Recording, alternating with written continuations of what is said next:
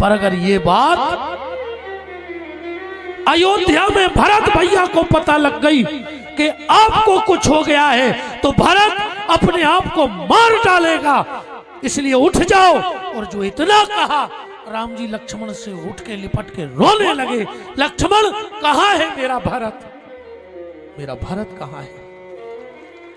हनुमान जी बोले अब आप समझ लो, आपको याद करते हैं कि नहीं करते।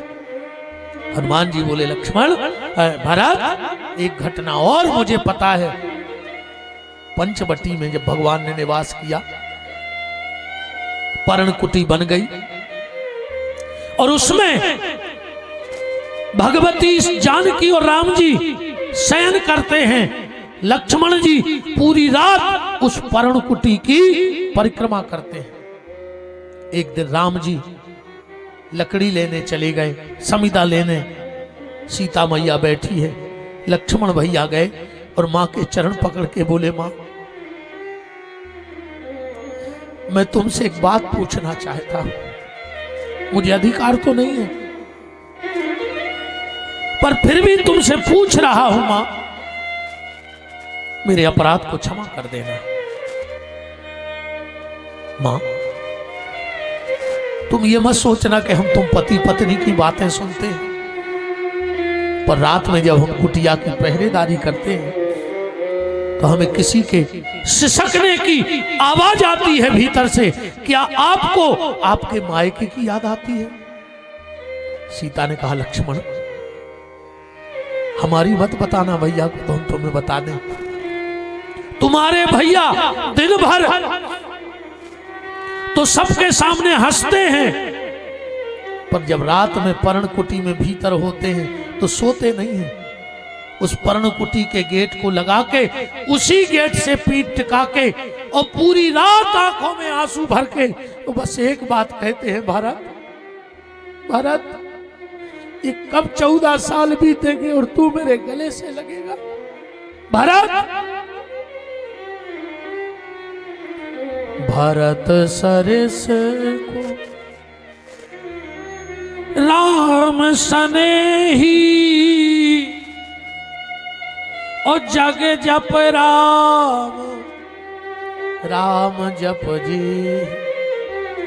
इतने में राम जी आ गए, लक्ष्मण चरणों में गिर पड़े, बोले भैया आप पूरी रात रोते हो। राम ने कहा लक्ष्मण क्या करें, भरत की याद मुझसे बिसराई नहीं जाती है। भैया आप रोना बंद कर दो। राम ने कहा लक्ष्मण तू चाहता है कि तेरा भैया ना रोए तो मेरे लिए काम करेगा। अगर तू मेरा एक काम कर देगा लक्ष्मण तो मैं तुझे वचन देता हूं इस राम की आंख में कभी आंसू नहीं आएंगे। लक्ष्मण ने धनुष बाण उठाया, आदेश करो। दुनिया का ऐसा कोई काम नहीं है कि लक्ष्मण ना कर सके जिससे राम के आंसू बंद ना हो जाए।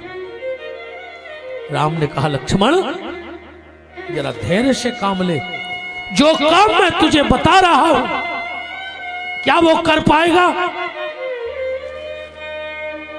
लक्ष्मण ने कहा कर दूंगा। राम ने कहा तो अयोध्या चला जा और जाकर उस भरत को समझा दे। वो पूरी रात रोता है और हाय सांस भर के कहता है कि भैया मैंने ऐसी क्या गलती की थी जिसके कारण आप मुझे छोड़ करके चले गए।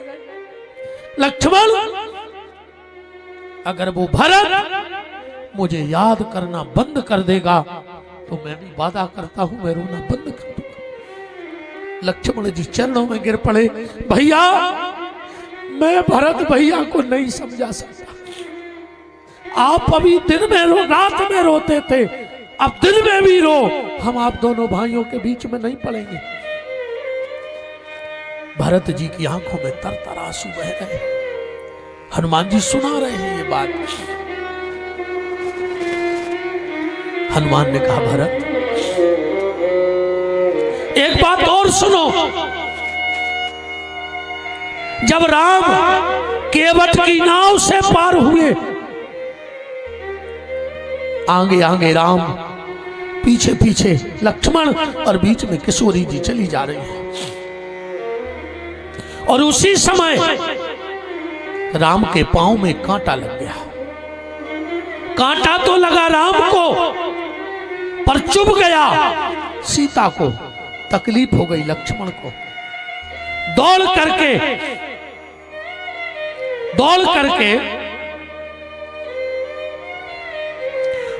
करके सीता जी गई।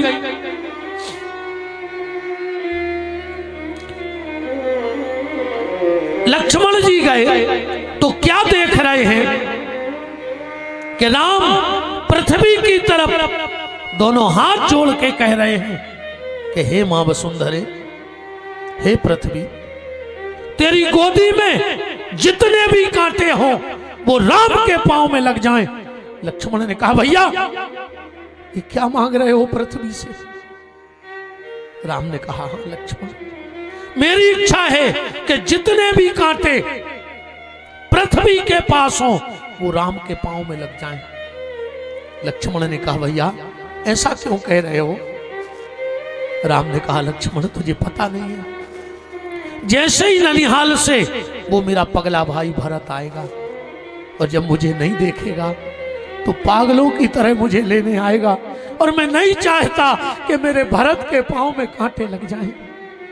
जब पृथ्वी में कांटे ही नहीं होंगे तो सारे कांटे मैं ले लूंगा, तो फूल मेरे भरत को बचेंगे। लक्ष्मण ने कहा, भैया भरत भैया तो संत हैं, उनको तो कांटे लग भी जाए तो तकलीफ नहीं होगी। राम ने कहा, लक्ष्मण तू भरत को कहां समझा रहे अभी? अरे भरत के पांव में त्रिशूल चुभ जाए तो भरत को तकलीफ नहीं होगी, तो फिर आप ये क्यों कह रहे हो? राम ने कहा, लक्ष्मण जब भरत इस रास्ते से आएगा और अगर उसे एक कांटा लग गया तो वो अपने आप को मार डालेगा, क्योंकि आगे आगे राम गए हैं तो वो सोच लेगा कि जिस रास्ते पे मुझे कांटा लगा है आगे भैया राम को भी लगा होगा। पर लक्ष्मण जब सारे कांटे मुझे लग जाएंगे, सारे कांटे मुझे लगेंगे और भरत आएगा तो वो सोचेगा कि जब मुझे कांटा नहीं लगा तो राम को भी कांटा नहीं लगा होगा। और लक्ष्मण मैं भरत की एक मुस्कुराहट पर कांटे तो ठीक संसार के सारे सूल सह सकता हूं, सारे दुख सह सकता हूं, पर मैं अपने भरत को रोता हुआ नहीं देख सकता। भरत की आंखों में तरतर आंसू बह रहे। भरत ने कहा, हनुमान क्या बताएं, मेरे भैया का स्वभाव ही ऐसा है। बालकांड में करदाली लिखी है रामायण में, हारहूं आप जितावऊ मोही। भरत जी भाव रख रहे हैं, हनुमान सुनो तो एक बार राम भैया का स्वभाव सुनो। एक बार भैया राम ने अयोध्या में ब्यारी नहीं करी। भरत जी बोले, हनुमान हमारी तो इतनी ताकत हती ने कि हम भैया राम से मोहलक में बात करें। भरत का त्याग देखोगे। किसी ने भरत से पूछा कि राम का चेहरा कैसा है? भरत बोले, मैंने आज तक देखा ही नहीं। फिर बोले, मैं जब भी भैया के पास गया तो दोनों हाथ बांधकर और उनके चरणों के नाखून देखता रहा। मेरी इतनी ताकत नहीं पड़ी कि अपने भैया के सामने नजर उठा के बात कर सकूं। लक्ष्मण जी के पास गए भरत जी। लक्ष्मण, मैंने सुना है मां कौशल्या कह रही थी कि आज राम भैया ने ब्यारी नहीं करी। लक्ष्मण जी बोले, हाँ भरत भैया, आज राम भैया की इच्छा थी कि वो गेंद खेले। खेल मैदान में भी गए थे, पर वहां उनके विपक्ष में कोई खड़ा नहीं हुआ। और खेल बर हमेशा दो पक्षों के बीच में होता है। बस इसीलिए थोड़ा मन उदास है। लक्ष्मण ने कहा, तो भरत ने कहा, लक्ष्मण एक काम कर दे, आज जैसे बन जाए राम भैया को ब्यारी करा दे, खेल तो कल हम खिलाएंगे अयोध्या में, आज भर ब्यारी करा दे तू। सुबेरा हुआ, जिस मैदान से कल राम उदास होके लौटे थे, उसी मैदान में आज भरत ने जाकर दोनों हाथ उठा के कहा कि जाओ कह दो राम भैया को कि भरत ने खेल के लिए ललकारा है उनके लिए। किसी ने भरत से कहा, भरत तुम राम के विपक्ष में हो गए। भरत ने कहा, ना मुझे पक्ष से मतलब है न विपक्ष से, मुझे राम की खुशी से मतलब है। अगर मेरे विपक्ष में रहने से राम खुश हैं तो मैं उनके विपक्ष में भी खड़ा हूं, पर राम भैया को हंसना चाहिए। किसी ने राम से कहा, राम तुम्हें मजले भैया ने ललकारा है। राम जी ने कहा, चलो लक्ष्मण। तीनों माताएं दौड़ पड़ी, राजा दशरथ, गुरुदेव वशिष्ठ, पूरी अयोध्या ग्राउंड को घेर गई। किसी ने भरत से कहा, भरत तुम विपक्ष में खड़े हो। अरे जब खेल हो तो विपक्ष में, अभी तो पक्ष में खड़े हो जाओ बगल में। भरत ने कहा, तुम नहीं समझोगे, अगर मैं पक्ष में खड़ा रहूंगा तो मुझे राम के बगल में खड़ा होना पड़ेगा।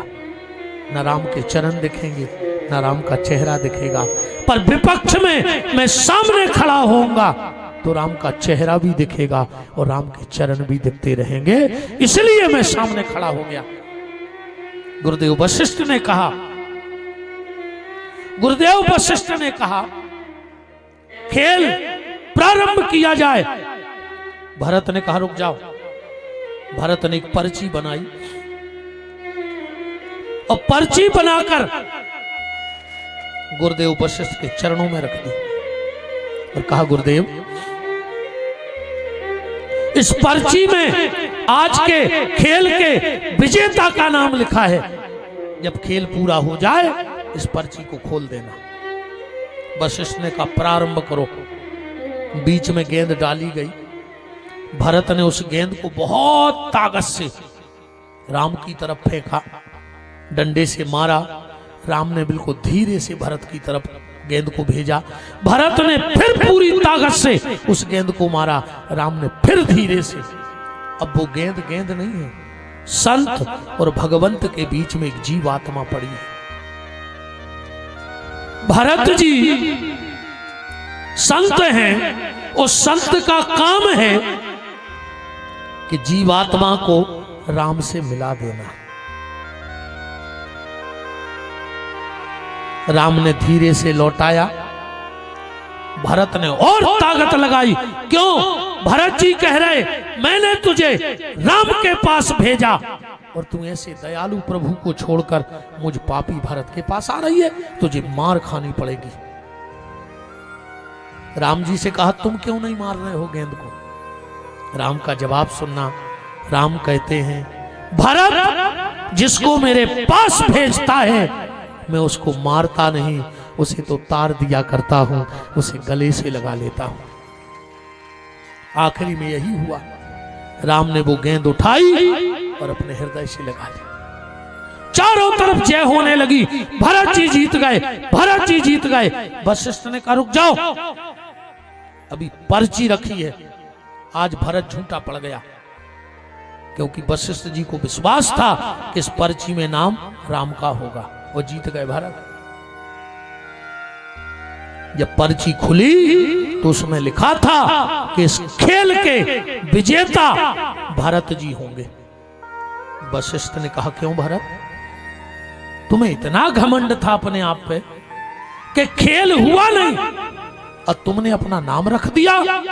और जो इतना कहा, भरत जी खड़े खड़े राम के चरणों में लिपट गए और रोकर कहा, गुरुदेव आप नहीं समझ पाओगे, आज भरत जीता नहीं है, भरत को जिताया गया है। क्यों? बोले राम सब बर्दाश्त कर सकते हैं, राम खुद की हार बर्दाश्त कर सकते हैं, पर राम के रहते हुए राम का भाई हार जाए ये राम स्वीकार नहीं कर सकते हैं।